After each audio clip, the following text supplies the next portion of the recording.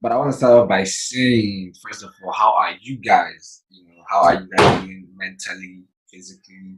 Um, as Black people, a lot of times when all these things are happening, we don't kind of stop and check our our psyche and how we're doing upstairs, and just make sure that because I mean this shit has to be traumatic. You open the TV and see people that look like you, um, being hunted, especially now that everybody's bringing different things to light and we're just seeing it constantly over and over and over again on your feed, and like at some point it gets really exhausting mentally. So I just want to check in with you guys.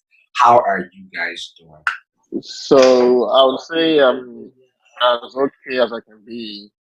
Definitely it has been traumatizing in the past couple of days. Watching everything going on TV and still somehow required to function, maybe even at work. And I did remember like a coworker reaching out to me to see how I was doing and how he could help. So I did appreciate that. Um, but I remember telling him that I was very glad that we don't have to be in the office because of the COVID.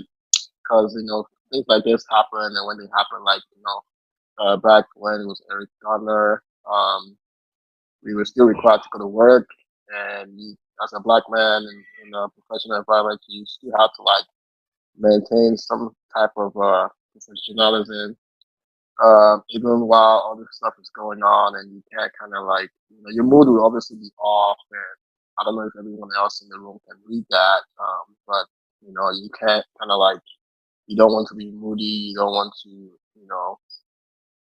just appear uninterested in whatever is going on, like you still have to say yes or be smile, be all smiles, at meetings or when they invite you to lunch and other different things. So definitely, I am glad that I don't have to go to the office. So I would say I am okay. I do have a good network of friends and support system. So that has kind of like kept me sane, to the extent. And I've seen um, the result of some of these protests, right? I mean, some changes are happening all over the cities, all over the states in America, and even outside America. Many countries are also rallying with us to support us, and we also fight for injustice in their own areas. So that is definitely inspiring to see that we can all come together to actually fight against whatever injustice we're going through. So yeah, that's it for me. How am I doing? I'm okay. That's all I can say. For At first, I wasn't okay because somehow, I know I was relying on the news until I realized the news wasn't really covering what was going on like that. They were just trying to push a different narrative, you know. And after doing my own research, figuring out that news is basically owned by people that are not supporting the cause, I basically checked out of that situation. So I'm kind of relying on social media. But the disadvantage of that is that it's kind of depressing. All of us on this platform now are all black. So somehow, even if you don't know who was affected by this, I don't want to say that because yes, we're all affected by this. I would say it's quite depressing.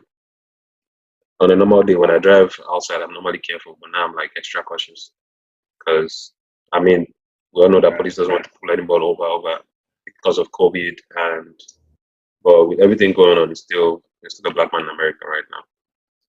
You know, and that's an international black man. There are levels to the stereotype and the racism when it comes to different caliber of people in this country. But yeah, like I said, I mean, if someone reached out to you at your job, no one reached out to me at my job, and no one, the whole office is not, you're not addressing nothing. And I don't want to talk about that because that one is their business. Just pay me, you know. I'm more focused about the changes that are coming into place because we can tell that the protests and everything that's going on is not a waste. People there are reforms coming through, and I think there's still a long way to go because not just by painting the roads Black Lives Matters, they can do better. you know.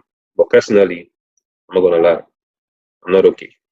It's just my support system that's keeping me alive and keeping me sane, most importantly, you know. But the only good thing that's come out of this whole quarantine, not related to the protest or anything, is the fact that I've been closer to family. doing a lot of video call and stuff with people that I haven't really been talking to in a while, which I'll say the only advantage or merit that came out of the situation pre George Floyd is the connection I've rekindled with people that I'm really close with. Other than that, with the whole George Floyd situation going on, like, trust me, it's not a time to be shining teeth in America as a black man. You know how you walk down the street and a white person sees you and they try to smoke. It's not a time for that. You know, except you're for the cause. That's really all I have to say. But Yeah. trying to stay sane, that's all I can do for now. Brother, you know, fiki yourself, man. I can't kill Like, myself. at the end of the day, bro, you just gotta keep it pushing, keep it moving, bro.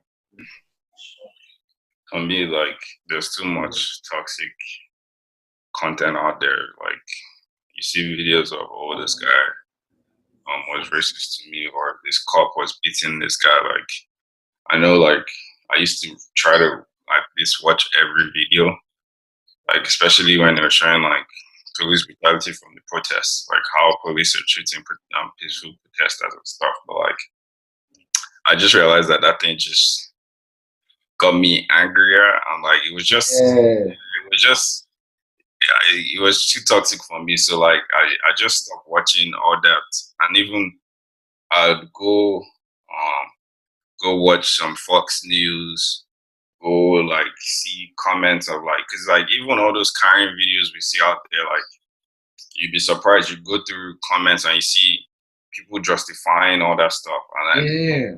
so like I always go through comments to see like everyone's view. Like, is he like 100%? Everyone is like, yeah, this is messed up, or do we have people defending it? And I see quite a lot of people still defending it, and it just used to rub me up differently. So like, just to protect myself, honestly, like I started muting a lot of conversations on Twitter.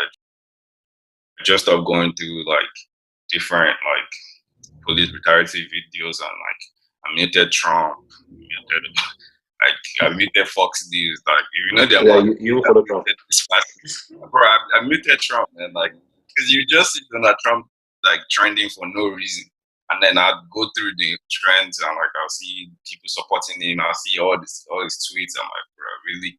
So like I'm just gonna mute this guy, block him, protect my peace, honestly, because I've been overwhelmed this past few weeks. Because like honestly, you think after seeing that George Floyd video and the Ahmed video, like a lot of people, or like at least 99% of people would be like, that's messed up. But there's actually a lot of people that still try to justify it, and people saying, oh, the police is this. I'm like, it's just getting me too upset. It's unnecessary stress on me. So I'm not even going to engage in that. Like, I just try to read positive posts and try to just post positive stuff, honestly. That's me personally. Well, for me, this quarantine period has been it's been a lot of mixed emotions, man.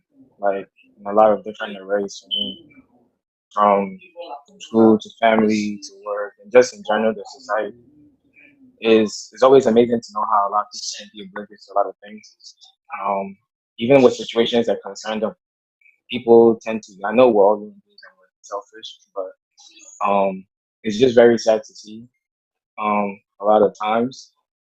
And I feel like, when it comes to the whole protesting and everything, I don't know. I mean, I feel like it's a good step forward, but at the same time, I'm not really looking at what people just did right now. Okay, for the first time in probably American history, all 50 states and even the world, on a very global scale, has united to support Black Lives Matter. Whatever ulterior motives that other people may have, apart from Black people, I don't know. If they're really truly in support, I question that because, to be honest, there's been times a lot of things that happen to us Black folks, and people just see that as a way to kind of make themselves known. Not really that they're in support of things, but just for that momentary, spotlight, they will want to take advantage of it. I just want to see how people actually, step forward with everything going on, because a lot hit us in the last 3 months, man. Like, everybody went through some type of traumatic experience. Like, no person is gonna remain the same, but there's still those who are oblivious, and you know who they are. But I just want to see how we as a community actually unite, and that's what I look forward to.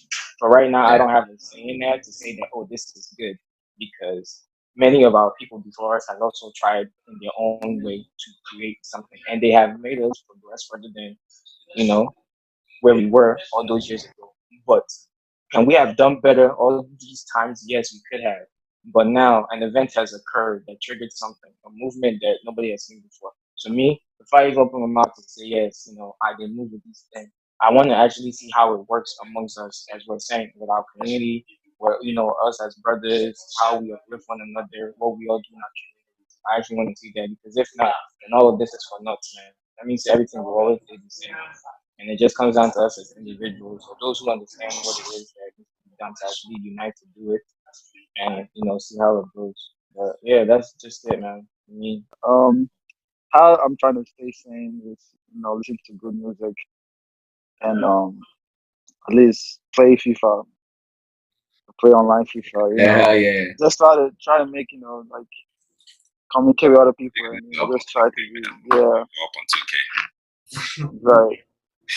Uh-huh. So that's Normal. pretty much big, and social media too. But I mean, social media gets its own cons and pros. Like sometimes you see some tweets or posts we go make you guess, we go you think about which character this person did think, but pretty much it's and yeah, they smoke my hookah too. Always, Yeah. always the vibe, man. Just chill, Seriously. just drink wine, smoke hookah, You watch can't come and TV. kill yourself. You can't come and kill And they yourself. don't want us. There's no more come out, man. Because they inside, we Bro, have they change inside the do, whole, change the scene to look similar to outside. That's what I try bro. to do. I I'm try to telling you, just man. recreate the vibes, and just We, chill. we talk say we never even suffer corona finish. They can't give us another bad boost. I promise you, man. It's But just left to the vibe. yeah, yeah. I mean, I've I resonate with a lot of like what most of you have said. For me, it's just been a lot of mixed emotions throughout. I mean, don't get me wrong, it hasn't definitely been all bad. Like it was definitely overwhelming coming out of Corona and straight into something that is probably even more serious. Actually, definitely. Came out of Actually, Corona. I Shit. mean, it depends on how you look at it, Sha. At Back to least back. Corona that can be a cure, but shit, ain't Nah, no it's drug you not. can take to cure your racism, bro. But minus that, do I've never seen this much conscious effort towards bringing about like change that will actually make an impact. Since I've been in America and seen countless like protests and Black Lives Matter movements spring up. But at the same time, it's just really, really exhausting to every time I open Instagram, it's another video of another black person being killed, and what's even worse is that like a lot of you are saying, like going into the comment section and seeing people like still finding ways to justify what is definitely murder. Like it's I've just found it very difficult wrapping my head around it, and it just made me lose a lot of trust in in the people that I see every day that I thought, oh, like last, like I'm saying, this person actually cares enough about me as just a human being. But if you can see someone that looks like me like get killed for literally no reason and you find a way to justify it. Like what if it's me up there one day, like, you go and justify someone killing me in cold blood, you know what I'm saying? Like, and what is even worse is that at least with the white people, we know that they are racist and we know that this is something that they passed down. So we don't really let me not say we understand it, but we expect it from at least some of them. But when you now take, those same instances and you show it to African people, and they too are justifying those like type of behaviors, and it's like, bro, how can you look at this video and the only thing you have to tell me is, oh, why is he resisting? Why can't he just do as he's told? Why was he wearing a hoodie? Why can't they dress well? Like if they stop you, please don't resist. Like like continuously, it's almost as if they are choosing not to acknowledge it, and it's But so frustrating. say something to that real quick. Because I know this Yeah. is about time out. I think that thing is just honestly ignorance. Like I know I ran into a post today, right? This post was from a Nigerian guy. It's one of those Insta blog type of accounts, but it's not like they don't have as many followers and they're not verified. and this guy posted a picture of like a lot of monkeys. So they pretty much put bananas on the floor, like a lot of bananas, right? And like monkeys were just coming out, birds grabbing bananas, going and whatever till the bananas finished. And the caption for that video posted on Instagram by this Nigerian guy was, "This is how the looters look." You get what I'm saying? Yeah, Now, so that guy, I was going through the comments. That guy wasn't getting a lot of backlash because it was also Nigerians commenting. They were just yeah, laughing. That's his crazy. audience, But exactly. if that was a white person that posted that, Bro, we're gonna be you're on like, their ass. yo, you're racist, you're this, you're Yes. that. That We're guy gonna would make sure have they lose their job. We're gonna call their fucking you know what I'm saying? Like you know, the way Africans are reacting to this, and you know, there's a lot of them that believe that, you know, if you act a certain way, or you know, you show respect, or you know, you don't do certain things, or you don't dress a certain way, that you can escape some of this like police brutality that we have been complaining about. And you know, what they fail to realize is that it happens so often and to so many people that that is just not valid. And all of us being African, I'm sure we can attest to that. The fact that, you know, it doesn't really matter how much home training you have, or how much you respect these cops, that they're still going to show you that they're still going to show you how they feel about you when they meet you. And you know, I just wanted to give an opportunity for you guys to go around and share some of your personal experiences with the 12, with the 1-2. Mine is not really. It's not that. I don't know if I would say it's not that crazy, but I know the crazy thing about it is because, like Timmy said earlier, when we're talking about the whole experience thing, when you are in Nigeria, you don't know much about this country. You only know what they feed you off the media, Right. and it's only limited. Coming being here is different from watching from afar. So I think I came January, 2015, and CJ happens to be one of my guys that we went to boarding house together. He came to Nigeria for 1 year. One of those things where they send, like, you know, Nigerian American parents send their kids back to punish them. So they sent him back for 1 year. That's how I knew the guy. He became one of my very close friends today. So it just so happened that I went to Towson and he was in Towson. So it just like was not planned, just coincidence. So my guy kept picking me up from the house now. Let's just link up. Let's just catch up. After he seen me one time. So we were going to the apartment in Cockeysville from like Fairways at Towson.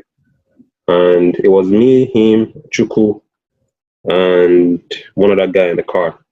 And this was winter. It was cold as fuck. So obviously, you know, we're wearing hoodies. I mean, I like black. Most of them were wearing black actually. And CJ has this thing where he does, like, he tries to drive with his knees. I hate that shit.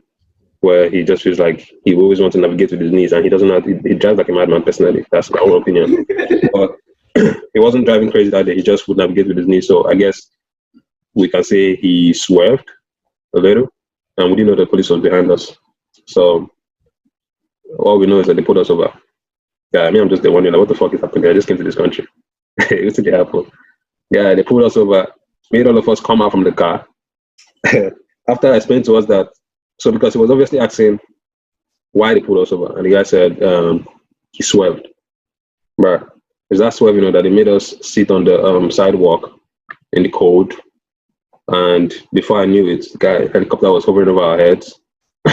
Me, I'm asking myself, is it because of this swerving that he did? And you know, Chuku was studying criminal justice at Towson then, so obviously he was just trying to make everyone comply because, bruh, it wasn't a good experience, but I actually were there for at least 30 to 45 minutes just sitting, and no one was explaining anything to us.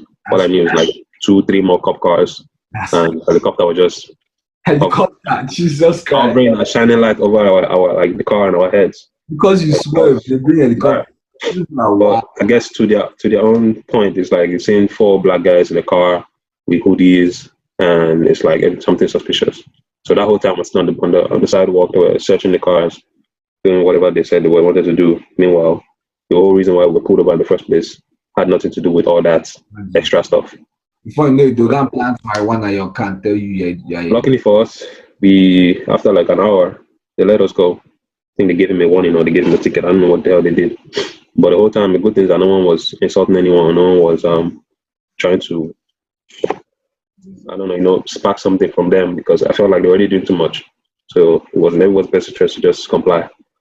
But yeah, after that, man, any other experience I had was just a personal one, like being pulled over for maybe driving too fast, and it wasn't as unnecessary as the others, but it was definitely extra, always extra. It's like when they pull you over, even if they tell you what the reason is, they always have something in mind that they want to just show themselves with.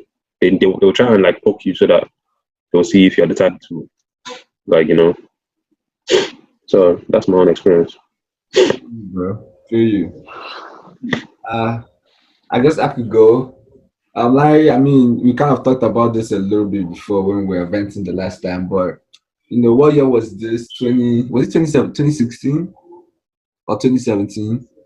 2016, Nah, 2017, it's classic from 2016. 17. Yeah, I think it was. Yeah, 17. Right. We were in Sao Padre. We were going to Sao Padre for spring break, and the way Sao Padre Island is set up is like at that time I think all direct flights into Sao Padre were like in millions of dollars.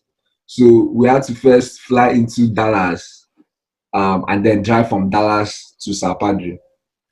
And Sao Padre and Dallas are the same Texas, but to drive from Dallas to Sao Padre is like 10 hours. This if I say they go out that country, I promise you. But yeah, we were driving, at this point we were like, and Sao Padre is in the south, like it's close to like the Mexican border. So you already know as people made it that side, at least their cops they did.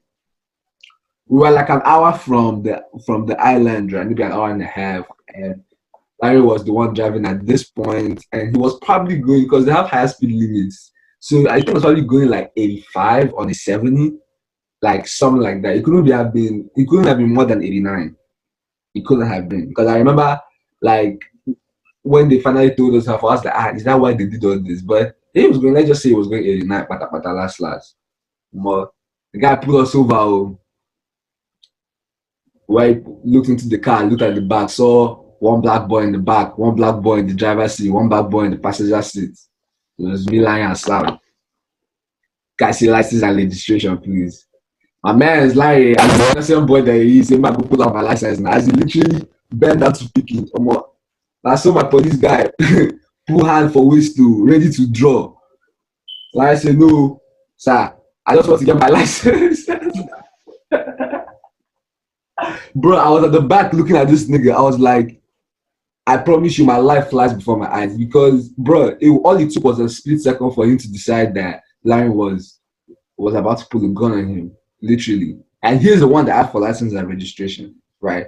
You put those over for going 80 something on the 70, fine. I'm going over a little bit over the speed limit. Do you know that these people, within 2 minutes, a second car had arrived? One of them had taken Larry to the front to interview him. The second guy had taken Sam to the back to go interview him. And I was sitting in the back of the car watching all this play out. Long story short, the man, even after we begged him and explained to him that we are coming from far and wide, the man still made sure to give us a ticket to stress our life and make sure that before we leave Texas, we must go to court and figure that shit out. But I mean, we thank God that nothing more serious than that happened. But like for a good 5 seconds there, man, I nearly pissed my pants. I swear. Yeah. That's funny because that's not even like I would say that's probably one of my worst experiences. But it just goes to show that even being here, I don't think I've lived here more than 10 years, and that's one of the experiences I've had. To now imagine like someone that was like raised here, that has family here, that has brothers and parents. You can imagine the kind of like experiences that they have all had collectively, to make them not even trust the police at all. So I think I'll just go next and say that like I remember when I first got here, my sister was always telling me about, if you're in the car with more than 2, 3 black guys, like you have to be careful and stuff like that. And I remember I didn't even understand what that meant. Like I'm like, man, we're just chilling. I mean, I'm not gonna be in the car with like drug dealers or anything like that anyway. Like, so I don't know what she was tripping for. So it wasn't until like I stayed here long enough to see what she actually meant. How police treat black folk here. Regardless of if you're African or not, like I also came here with that mentality of like, oh no, you can just really behave yourself and comply, you'll be all good. But just being here, I just saw that like, yeah, the police is definitely against black people, and no matter how you're dressed, no matter what qualifications you have, if you're a doctor, engineer, it doesn't matter. Like they still see you as a black man, and they don't do whatever they have, whatever they want, right? So the experience I had was this was back at undergrad. I remember going to buy food with two of my friends in the car, and we were driving. It was maybe late at night, maybe about 8:30 max. And I remember like being pulled over because of a broken tail light. I believe that was why he pulled me over. But then this guy came up to me, and then he asked for my license and registration, and I gave that to him. And then before you know it, two more cop cars pulled over. And so it was like maybe three cops circling around the vehicle, having their flashlights on me, like from the back, and one of them asking me, "Oh, I think I pulled you over before." Now I'm looking at this guy like, "This is my first time." Like, I don't even know you like that. So I mean, it was very funny because it was later that my friends in the car told me how like I was agitated, right? And I don't feel like I ever get agitated like that.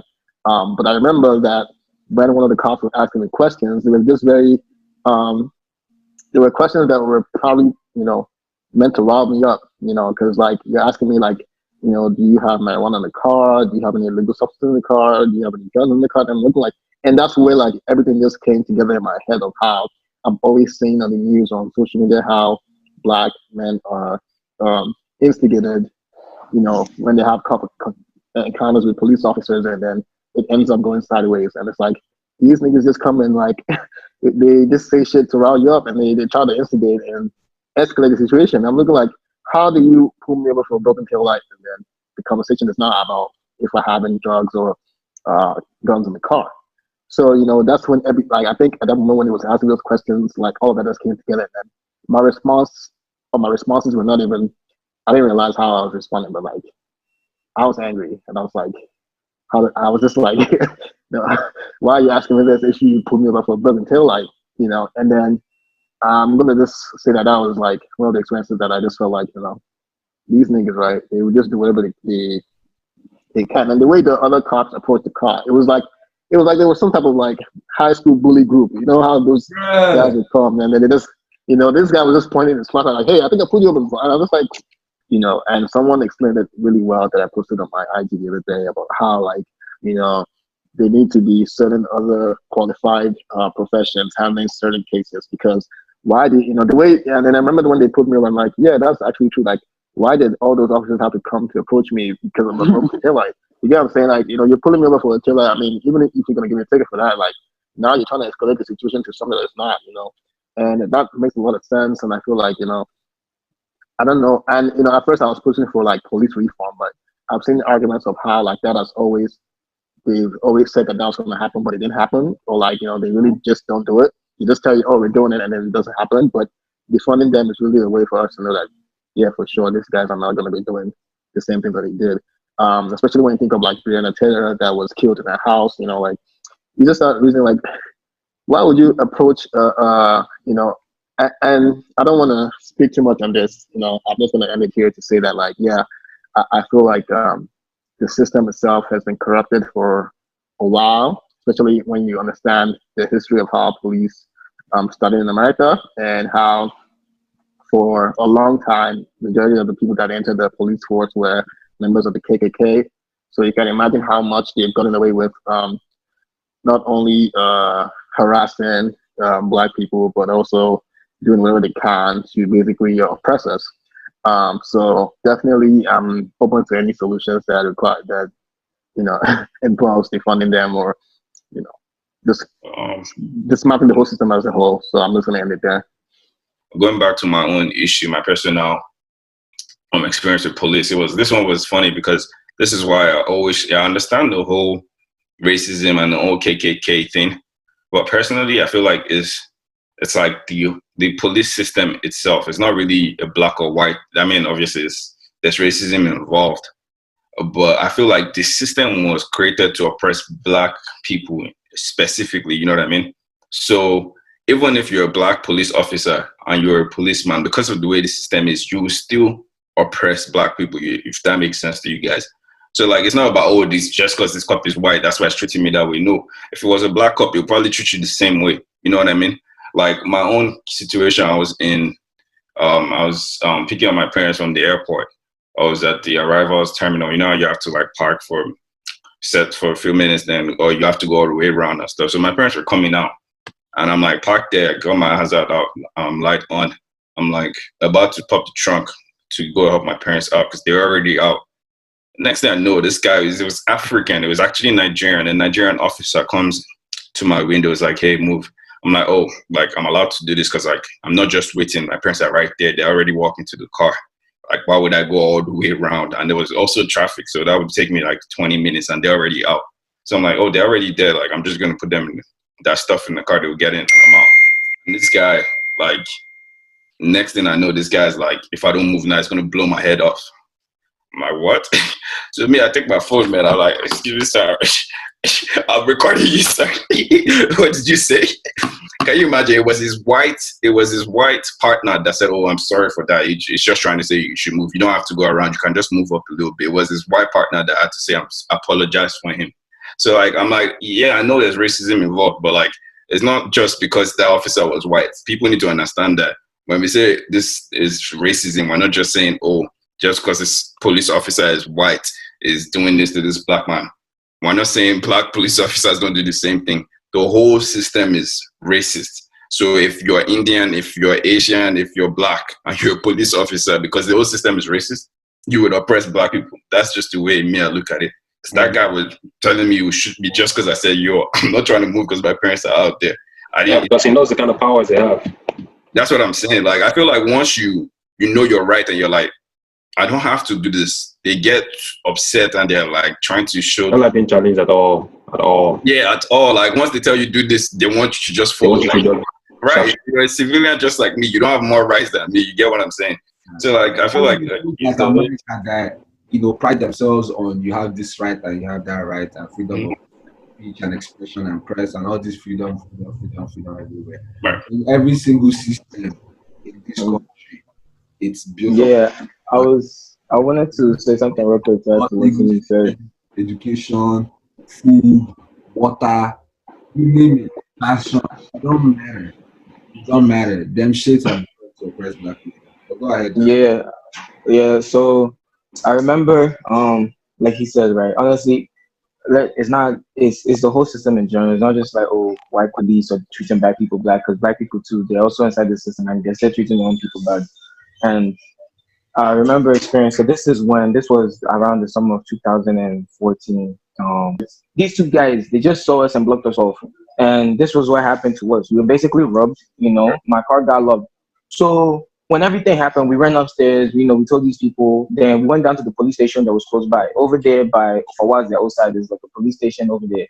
So we went there and we reported the incident. But it's crazy to know how, like, even within the black society, when certain crimes and things happen, they really don't care. Because we came there explaining to them what just happened to us, and nobody did anything. According to them, there was nothing that they can do. They did not show any sign. We never got a police report to even begin with. And mind you, this station is a black police station. It's all for the commissioner was black. Everybody there was black. There was not a single white person, bro. In Baltimore County, like downtown right here. So like that also goes to show like it's the whole system. It's not just about white people they do this or white supremacy or anything. Like just enjoying. There's a lot of corrupt people, and some of them just don't care. Some of them have probably been rooted into that system, and it's kind of sad to see that certain things can happen to your fellow black person. I guess that's why they say police don't care, not just like the white in general how they're oppressed, but even the black people within that system too. They don't care or feel any type of emotion when certain things happen to their own kind, which is very, very sad and very unsettling, because the same thing happened to Albert and nothing happened to him too, even when he went to go report his own situation like 2 weeks later. So that's just very sad. The whole system is messed up. No, Barry, that's sorry. That's a good point. But what I wanted to point out is the fact that yes, the system is racist, right? And everything is rooted into racism. The black people that you see that get into these positions are people that conform with that racism and that oppression. You know what I'm saying? It's not necessarily that like black people will just go in there. Like the fact that you're black and you enter that position, you have to conform to that racist system for you to get that far. So the few good apples, maybe the few good black guys that have tried to get in to change the system, they never make it that far. Because you'll never like go as far as like, okay, reporting your partner for doing something wrong, or trying to like correct the system from within, like you will not get promoted, you will not get like any benefits, like your job will be a waste. So that's why like for anytime you see like a black person in the police force, they don't necessarily, they are most likely not necessarily on your side. You know, these are people that conform to the racism. It goes back to slavery era when Larry, don't go down that rabbit hole. No, cut it there. Thank you. I think it's pretty clear that Africans too are part of this plight, are part of these fights actually, for equality, for racial equality in America, based on the experience that a lot of us have been through, right? So once again, in the spirit of using our platform responsibly, um, I think we also should be striving to be part of the solution too, right? So my question to you guys now is how how do us as Africans, or how do Africans in general, how can they engage in this fight against racism in an impactful manner, in a way that could actually yield results that matter? I could go first. Me personally, I think the first step is educating ourselves. I think Africans need have a lot of learning to do in terms of what happened to the Black people in America, and why they are the way they are, and why we fight for the stuff that we fight for. I think we also need to be investing in Black businesses. As Africans, we tend to over worship anything that the white man produces, and not always place it as like superior product, as always placed as superior to whatever the Black man does. So I think us putting our hard-earned money and dollar back into Black businesses will kind of help us again start to see that all Black people matter, right?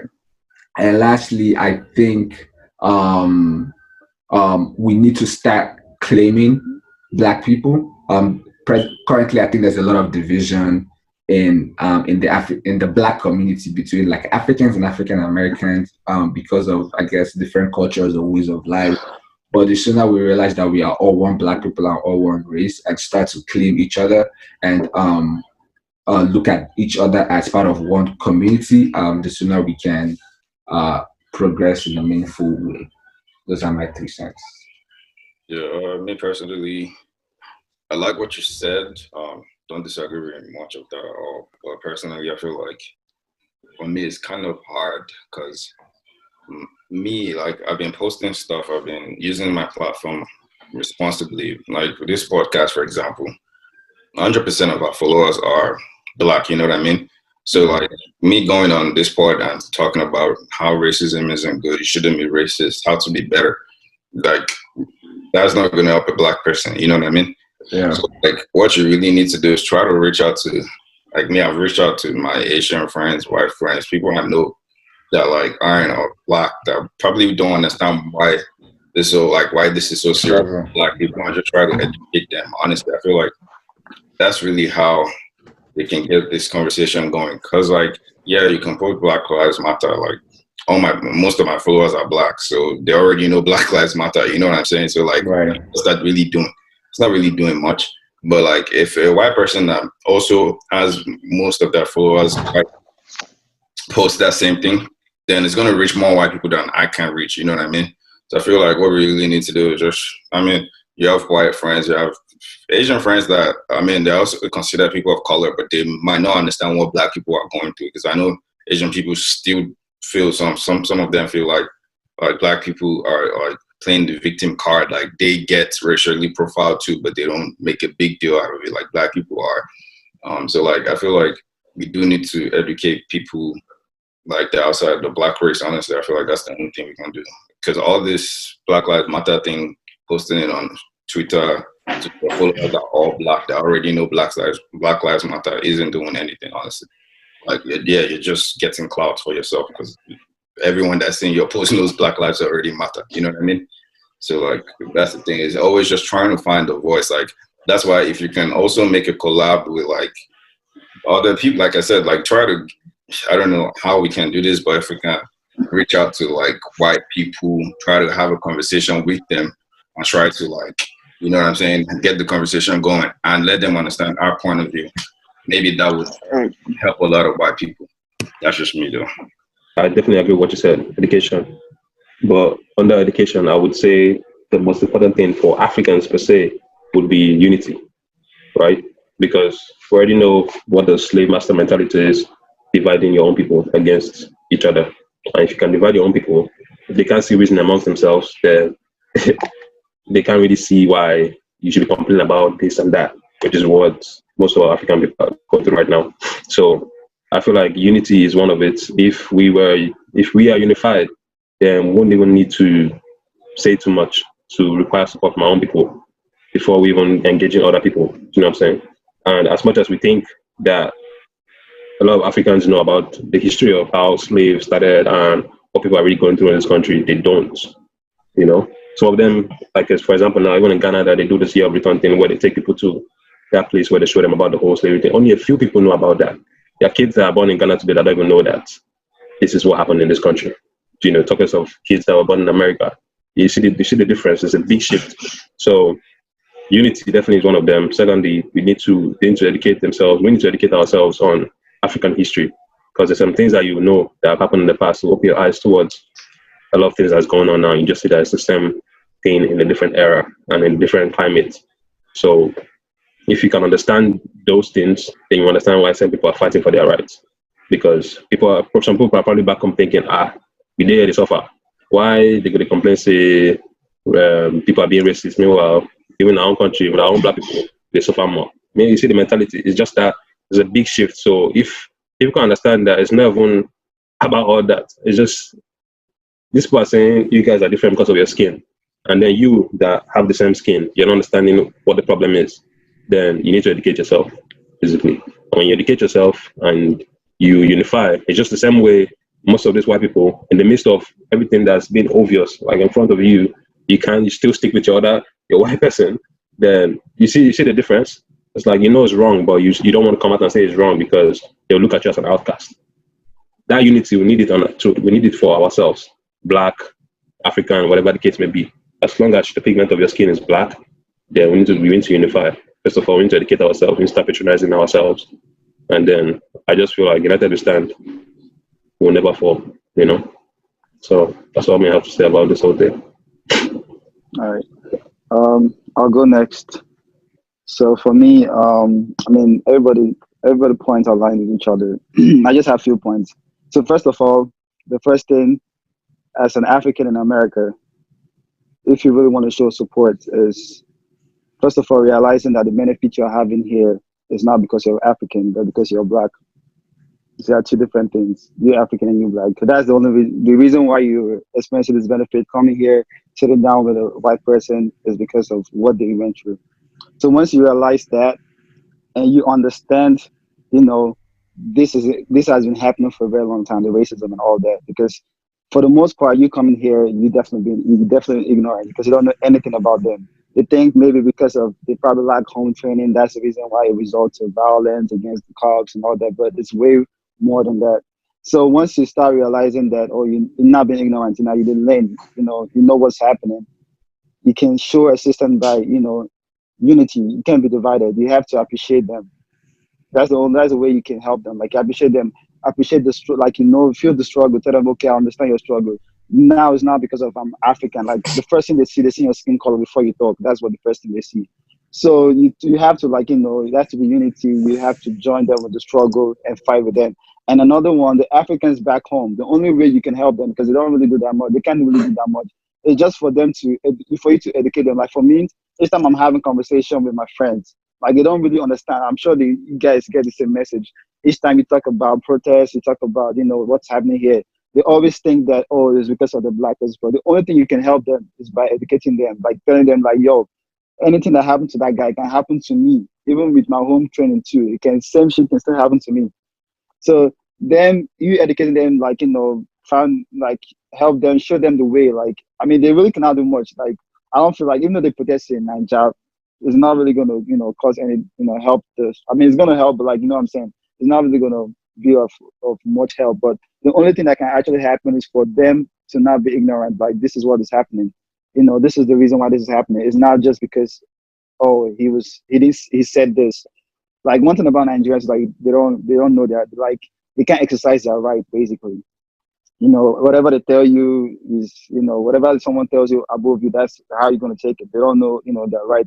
So if you can, explain to them that this is what is happening, and it's not just because this person, they say this to this cop, or this is because of his actions. It's because of what the person feels, what the cop feels. That's the reason why this happened this way.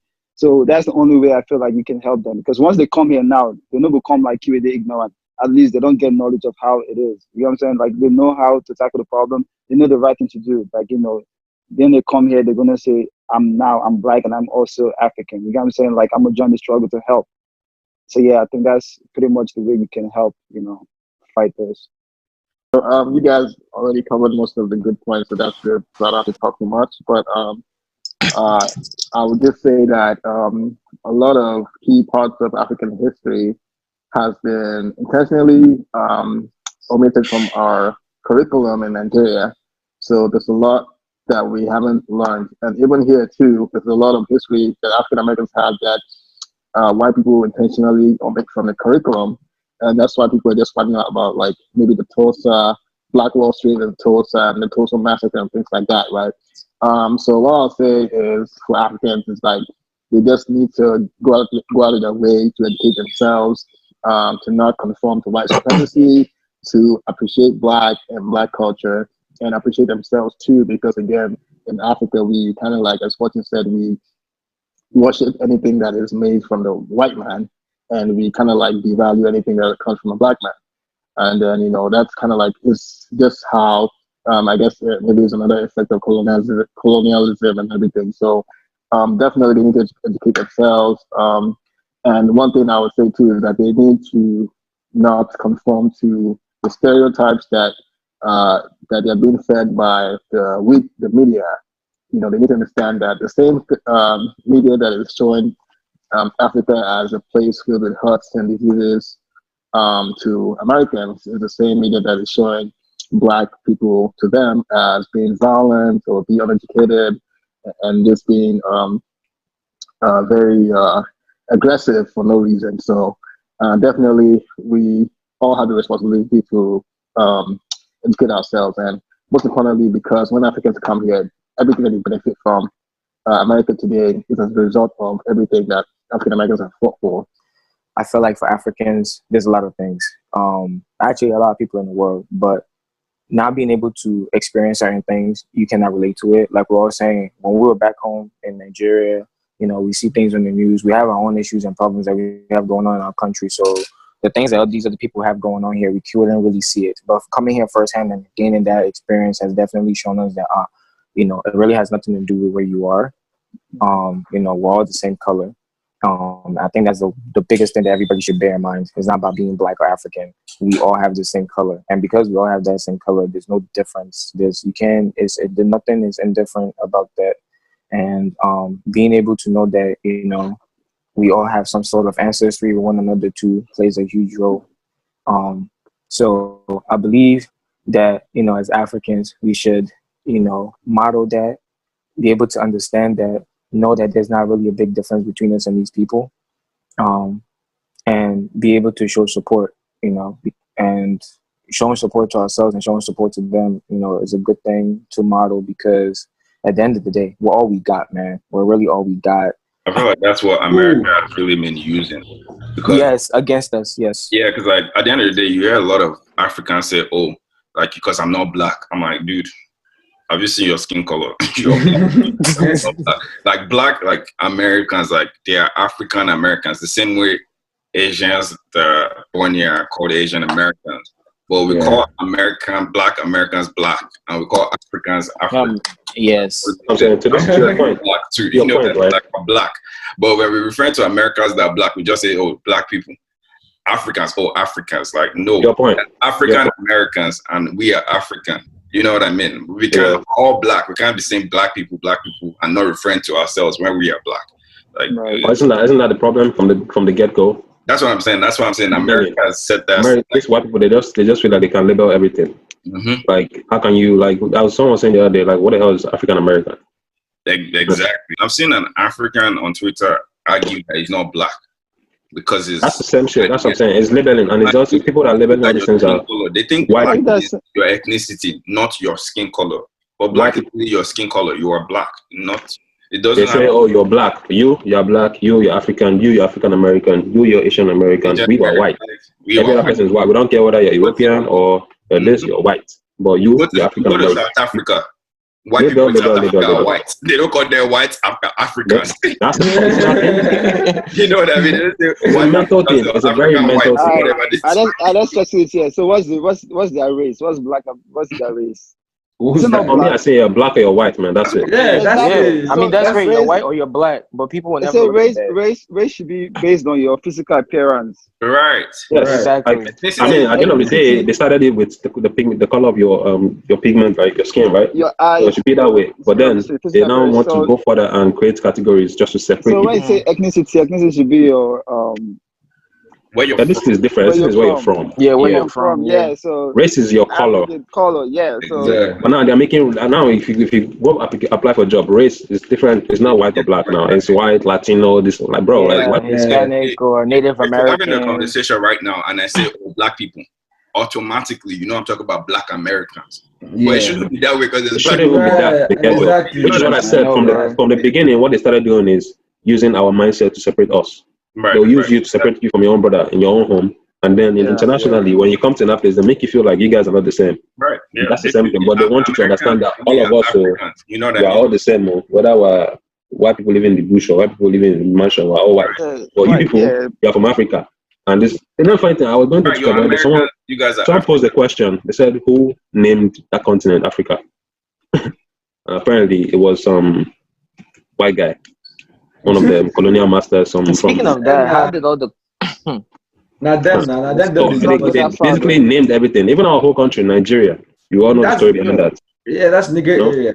Even when we now enter into the problems that we're having, especially in Nigeria, right? Because in as much as we're over here and that this Black Lives Matter movement and we're killing and stuff, like almost simultaneously, a very a slightly different but very comparable movement was going on in Nigeria with the Justice for Uwa situation and some of the other rape victims that have kind of resurfaced over the past few weeks.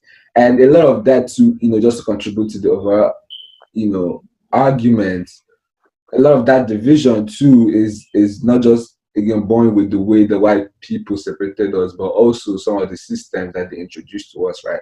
Like religion, you understand, like and just like the way society has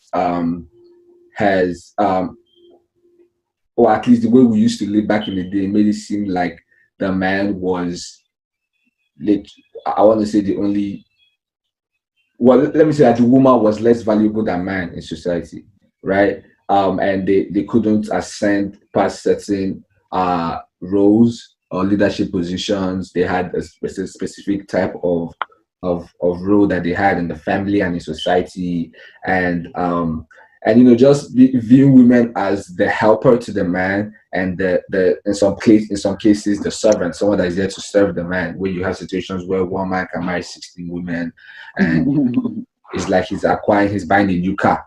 You understand? Basically, it's like property, which is very, very similar to slavery in some ways. Depending on how you look at it, where you have a woman who live at her father's house and go to a man that she's never met, a lot of times at young ages of 14, 13, depending on where you are, some 17, and live with them, and is now forced to love this man and tend to his needs wherever they are, and still be there. The man will go and marry another woman and bring that woman into the same house and marry again and again. And now you have to now be competing with so many people for the time, love, and affection of somebody that was supposed to be your partner. You understand? So they didn't really address marriage as that partnership, but more so of a dictatorship in a way. And I feel like that has contributed a lot to why rape culture is what I say allowed or condoned in Nigeria. It's not like they don't know that it's wrong, but because they historically we didn't really value women, or like the plight of women or the oppression of women as something as serious as the oppression of man.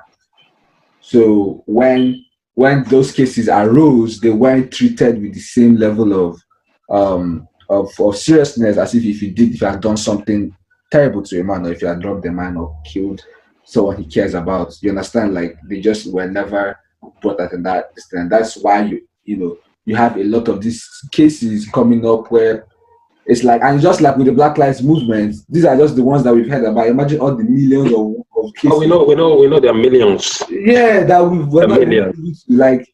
Imagine a place where a lot of women, multiple women can come out and say what this man raped me because he's a pastor. Everybody will again try to justify heinous, demonic, and barbaric acts, all in the name of protecting a good name, image, showing respect, or living up to some archaic standard of living that doesn't even fly into this world. What do you guys feel causes is something as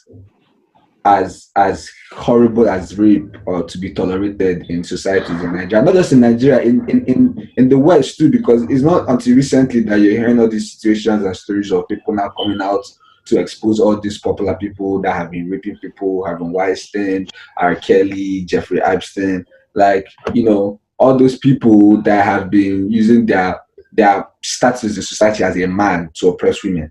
Like, and it happens for so long. Like, how do we get past this, guys? How do we stop raping our women?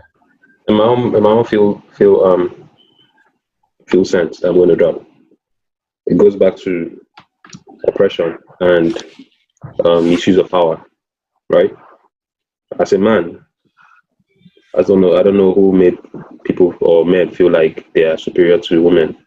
I don't understand how that happened. I mean, being that women are the ones that give birth to men or women. So I don't understand how that happened, but I know that's where the problem started. Feeling like you're superior to that person. This is the umbrella of majority of the problems that people are going through today. Racism, boom. White people feeling like they're superior to other human beings. Men feeling like they're superior to women. It's still the same problem. How would you feel like? And these are the same people that will still have daughters. You know what I'm saying? But then why it's so serious back home and like in Africa and some other underdeveloped countries is because they, when you have power and things are not working as they should in the country, you would not pay attention to certain things that will cause controversies or cause chaos or cause some kind of problem for yourself and some people. So if for example, in a country like Nigeria, this is as a case study now, where in the north it's okay to marry 13-year-olds, 11-year-olds. Even in general Nigeria, let's start with statistics. The age of consent in Nigeria is about 11 years old, 13 years old, if I'm not wrong. Don't quote me on this. So if people still have the mentality of it's okay to marry a teenager, a child, then where do you think they will start talking about, oh, this child is talking about, or this person raped me? Or even a grown-ass woman will talk about this person raped me. Who's ready to have that conversation when you're still marrying kids out? Kids that obviously do not want to be married to this person. Tradition is still set in such a way that it doesn't favor the women in general. So they don't have a voice. But I don't know, my brother. I think it goes back to education, man. You've seen the difference. Even in the developed world, you still experience these problems. I don't think eliminate problem from the world in general. At least they're starting to speak up, right? Like, at least thank God for social media. Or thank God for that. We can see all these things, because if not, people will just continue to suffer. And as Nigeria did now, everything, your house will be born. You will come outside, they smile with everybody. Bro. That thing you just said now is a very common thing back home, because I don't know, these Africans feel like you can't show yourself to be weak. Yeah. You don't understand how that also affects, you guys as an individual and as a family. Yeah. It's bad. Honestly, until literally everybody comes and starts being accountable. You see what white people are doing here now, where they are coming and saying, yes, I'm responsible. This, even though it's corny, you're seeing white cops come and start kneeling down in front of black people. My brain doesn't really, they make my brain tingle somehow, because it feels disingenuous to me somehow. But at least you're seeing people start to take ownership and responsibility and say, yes, this thing is, we did this and we're sorry. Let's find a way to move forward. We're a very long way to go in Nigeria because even a lot of this like sexual abuse that we're talking about is even more rampant inside families when you have uncles and even fathers, cousins like abusing their younger ones because they know they can't say anything. You know, no way you cannot go and tell what you want to tell your mom. See that Uncle Femi raped you, and you still Because tell your people are mom. still, And your mom will tell you to not tell anybody. Like and you exactly cannot to repeat that it to point, anybody. because people are still worried about things that are not relevant. And let me make my point. When I say things that are not relevant, is they put respect over things that actually matter. I For actually example, now matter. You understand? in that household now, which this is an example where that young girl is saying that uncle touched me, or uncle tried to do this, uncle actually did this. The mother or the father might not want to hear that. I want me 1 out of 10 household before the man will take action. Like, are you mad? Why would you even try that with my daughter? For the most part, they're like, how would you even say that about your uncle? Is he your mate? Exactly. Is he older than you? That. Exactly. Like, what? Are That you you shouldn't hearing? mention Are it. you hearing the problem? So there's a lot of misplaced priorities in place before we even start Exactly. tackling the issue. So there's a lot of work to be done, my brother. Me personally, when I was a kid, right, I don't even know if we should share this, but I'll try and be as discreet. When I was a kid, one of some girl that used to live with us came and told me that one of my uncles did something terrible to her, and I swear I didn't know how to process it. Like I was young, I was probably like 14 or something, and like I mean, how we were close because she kind of lived with them. And then like one day I just saw her like I think it was during Christmas, like she was really crying, and I was like trying to console her, what happened. I think she didn't want to. She didn't want. Eventually, I got her to tell me, and it was that one of my uncles had done this for nothing. I'm like, bro, I didn't even know what to tell. I didn't know if I tried to go and report to the like. I don't like. What do I? You know, and this is somebody that we all regard as a very God fearing person, and like you understand, like a very like ginger, and you just hear that kind of thing, and then even later I heard story that the girl was possessed. I don't know. So even to today, I can't even convince. I can't even like confirm if the story was real or not. But you know, like those kind of things happen and they're real, and it's like that girl, who's she gonna tell? Somebody that they brought from another person's house to come and stay and be doing like kind of like house girl work, but not really a house girl. You know those kind of setup. You know what come and talk, say your guy did this one and that one to you. Slave master mentality does not apply to just white people. It's a mentality that can happen to white, green, black, anybody, and it goes on in Africa. They've caused that problem and it's living there with full effect. It's living there with muscles. Where in a household where people have money, they treat other people like they're not shit if you don't have money. Like it's just, who you are, who are you, do you know who I am? All this master mentality is already like in almost every household back home, from the village to the town to the city, wherever. It's just everyone feels like, and that it goes back to that whole, I better pass my neighbor, I better pass you, who are you, do you know who I am? All this nonsense. It's just it's something that we need to change in general. But I feel like most of these changes, I think they will definitely come with I want to call it a generational effect, where as the new people are born, people like us now, we don't turn like 60. Obviously, we just have to face reality. People will die off, and then we'll not become the older ones. And obviously, if most of us have this mindset, which I'm hoping we do, there's going to be a different generation. And then our kids and our kids' kids, just like the way we're seeing this whole thing going on in America now, where you see most of these kids, people think they're ignorant, but they're not ignorant. Their parents are not turning out to be the ones that are ignorant. But guess what? Their parents know what's going on, but they chose their path. Now these kids are now like thinking they're critical thinkers. You give birth to critical thinkers that are thinking like, why are they actually called? Why are they actually being hated upon? Is it because they're black? They don't understand it. But now their parents know that, back in the days we used to own slave and we had power and it was good for us and it favored us, da, da, da.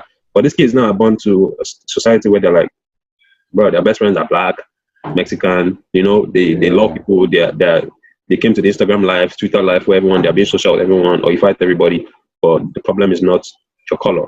So there's going to be there are going to be there are people that are still trained in the household to be, these things, but it's going to be a generational change. And that culture, that Nigeria, like you're right, that generation changed too, definitely, because even with us now, is this newer generation are the ones that are a little more outspoken about about changing Nigeria, because going back again to that connection to what's happening in America, because that mentality that we complained about, or that reaction of Nigerians which trying to justify, the police brutality, goes back to that same that mentality they have of, oh, when you're being oppressed, still enduring it and respecting your elders and people in power, instead of standing up for your rights and and trying to like and get what's yours, but because this person get power, this person get anything what they do, maybe just the two, maybe just they respect and they go.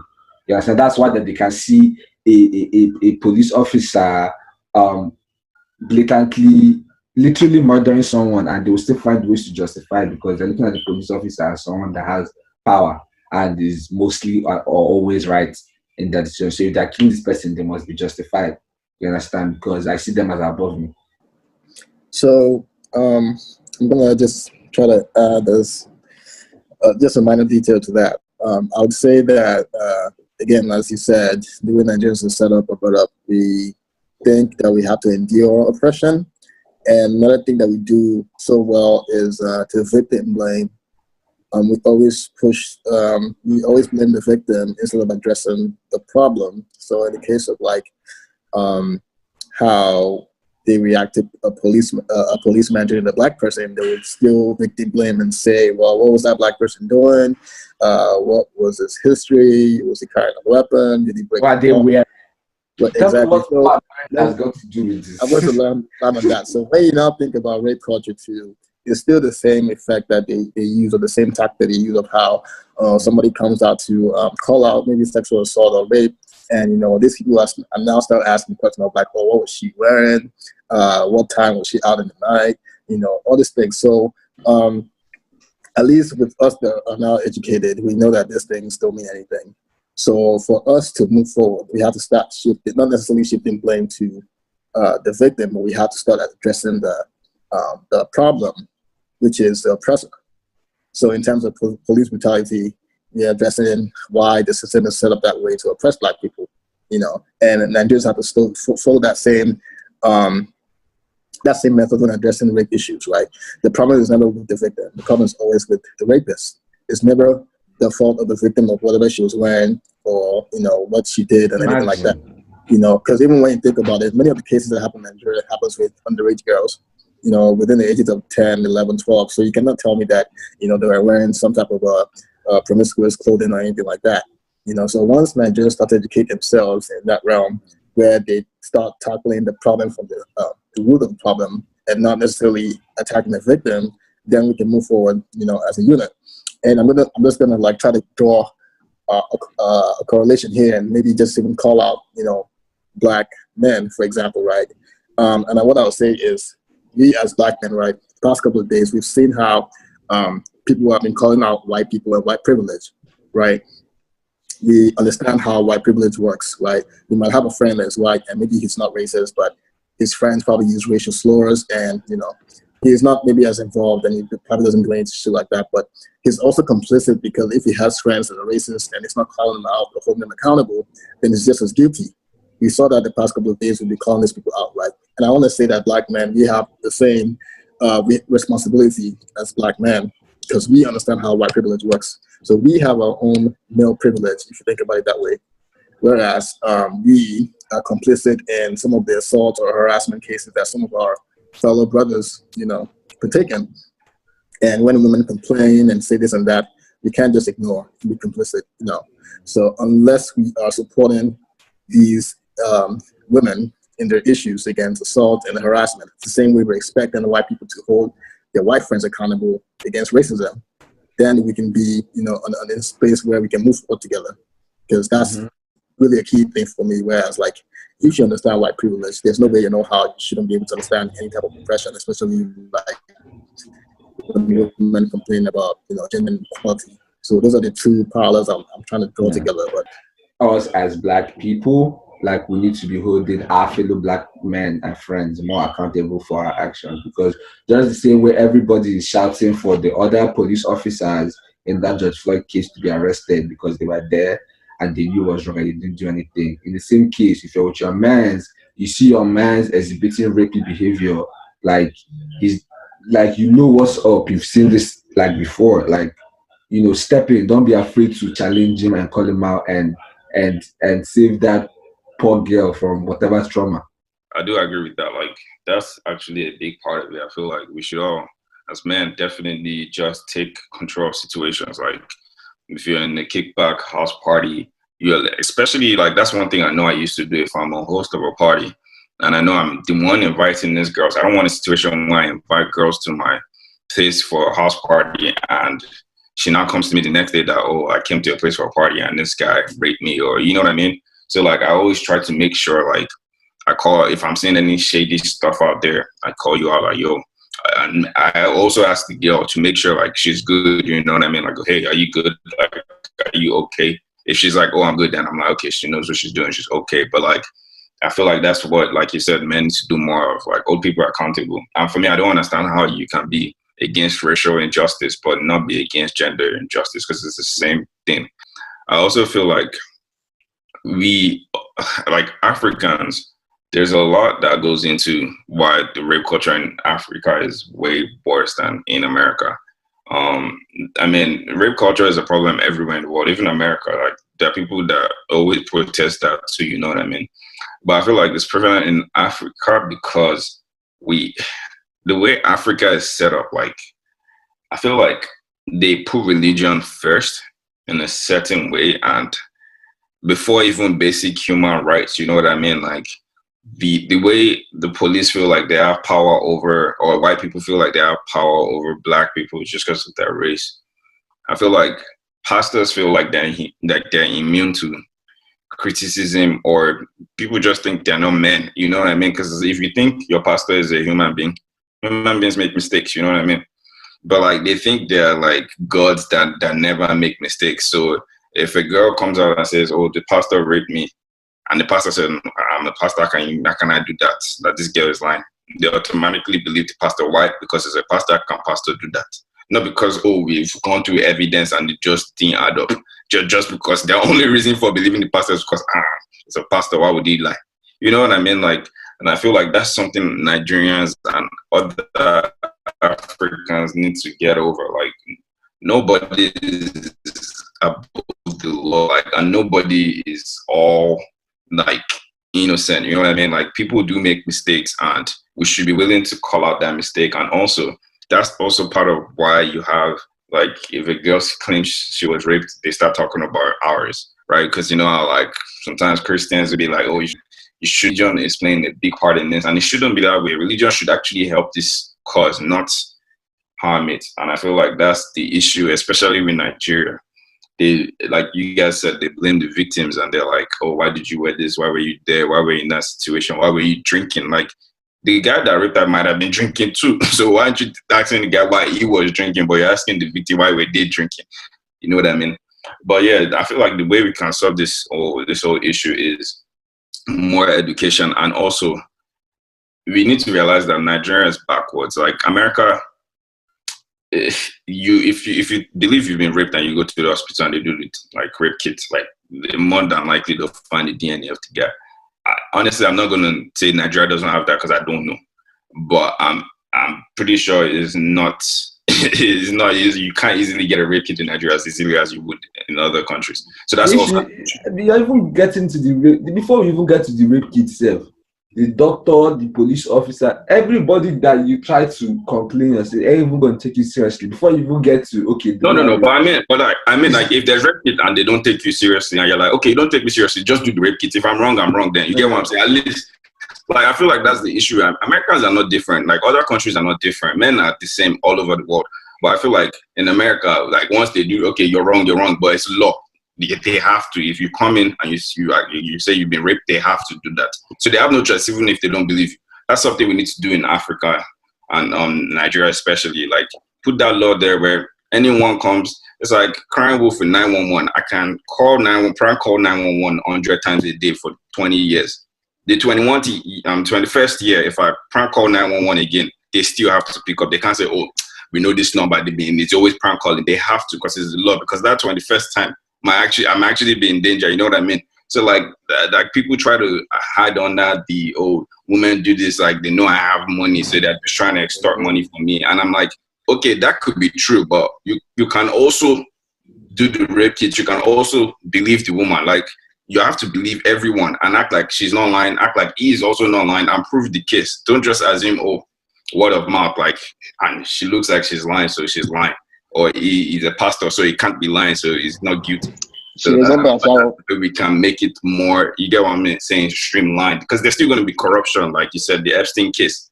They had rape kits, they had everything, they still didn't arrest it. But the way we can streamline it is, like in Nigeria, you don't have to be rich to get away with rape case. Anyone can get away with rape case in Nigeria. You get what I'm saying? But we can streamline it a little bit by at least making rape kits more readily available, making better laws where you have to test any girl or any woman that like accuses anyone of rape, immediately find DNA, and also stop shaming them. That's one thing we need to stop doing, because the more we shame them, the less they are willing to come out. And when they come out, it's already maybe years after, months after, where you can't even test them. So how do we know? You know what I mean?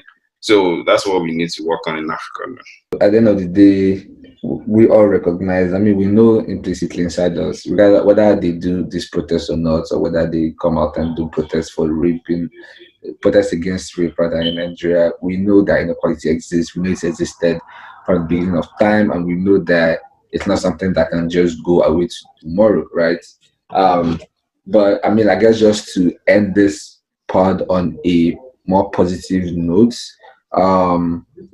you know, I would just like to ask finally what we can do to be the change that we want to see in the world, right? Like, how do we embody that utopic civilization that we dream of, where men and women are equal, black and white are equal, Yoruba and Igbo and Hausa are equal, and no one's life is more valuable than the other. You know, what do we do to get to that point? To answer the question, I feel like first and foremost, we're talking about Africa. I think I'm just going to generalize Africa, America to the world. You know, especially Africa, because we're obviously lacking behind a lot of things. I think we need to put a lot of things more into perspective. People that feel like, you know, they happened to me, I don't care. Put it into perspective. What if it happens to your daughter? What if it happens to you, your household? What if it happens to your family member? Maybe that way you think about something different, you know? I feel like if you see that the damage already done in your generation, then the next generation, you should put that effort into educating them, you know? Make sure that your kids' kids, your nieces, your nephews, your relatives, the younger generation are more critical thinkers, you know, because critical thinkers put a lot of things to perspective and they know how to be more rational, you know. Emotional intelligence is one that I feel like is very important. Learn how to treat people, and it will come a long way, from your staff to your family members to people of the same color, just people in general. All those things they have their little parts to play. And when you see a bunch of 20 people in the room, and you see that you have 15 critical thinkers, 15 people that are emotionally intelligent, as compared to those 5 that are just ignorant, there's no way those 5 can overshadow the 15 people. Do you get what I'm saying? So if you have a generation where they possess most of these things, and even more than I know I'm not mentioning, then things will be better, you know? No, Barry said it all, basically, or said most of it anyway, but I do feel like, so for me, one key quality that I definitely hold so dearly is empathy, right? I strongly believe that the world would be a better place if we all have empathy, right? Because I personally feel like the ability to be able to understand somebody's like situation without, you know, putting yourself in their shoes, to kind of see where they're coming from or what they're going through, that would help you better understand their feelings and how you can help them or be a better assistance, right? I feel like that's one step, you know, that can help you, you know, be a better advocate for that person, you know, and just help them get journey into like fighting the oppression that they're going through. And then like obviously listening to these people when they speak or when they talk.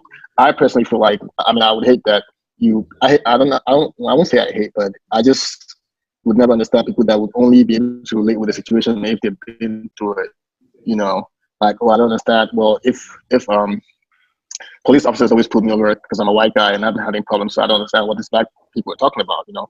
I definitely am always against like people not being able to understand other people's situations based on like what they've experienced.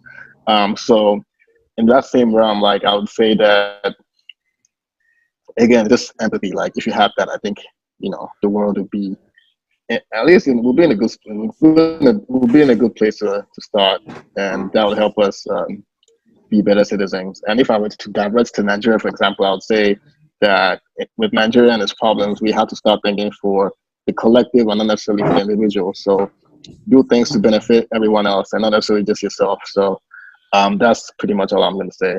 Yeah, I believe like I said, and also Barry, like we do need to speak up whenever we hear anything. First and foremost, we need to learn, educate ourselves, try to understand where women are coming from. When you understand that, that's when you can actually see why like this is a serious issue for them. Like me personally, I feel like I didn't even need to take a woman to understand why rape was terrible, personally. But like people that don't understand that in a situation where they still feel like, oh no, like she must have wanted it to, like, oh, I mean, you know why you came to my house in the first place at this time of the night at 2 a.m. like, and you were drunk. So obviously I thought like that's all BS to me. And also if you hear your friends making fun of someone that got raped or talking about, joking about rape, like call them out and they're like, yo, that's messed up. Like, you know what I mean? And that's what I think we should do about the rape case. Like, see something, say something, honestly. Same thing with racism. So that's a different topic, honestly. Yeah, so I mean, no means no, and not sure means no, and no answer means no. No, right? Yeah, like I don't know means no. Oh, Right, so maybe means no. maybe no, right? Like all of them. If you touch her and she moves your hand once, that's No, no. You I'm don't not sure. No. that's no. Mixed signals means no. No, right? Exactly. yeah. You are giving me things. It means no. Yeah, so I mean, in general. Yes, but actually, maybe I changed my mind. No. No, exactly. Yeah. Right. So, Like, She said yes. You've done everything that you're about to have sex, and she's like, no, it doesn't matter. in summary, man, she just hold each other accountable and yeah. educate ourselves and listen, and that's it basically. And in terms of the issue of inequality that is in the world over, I think as a people,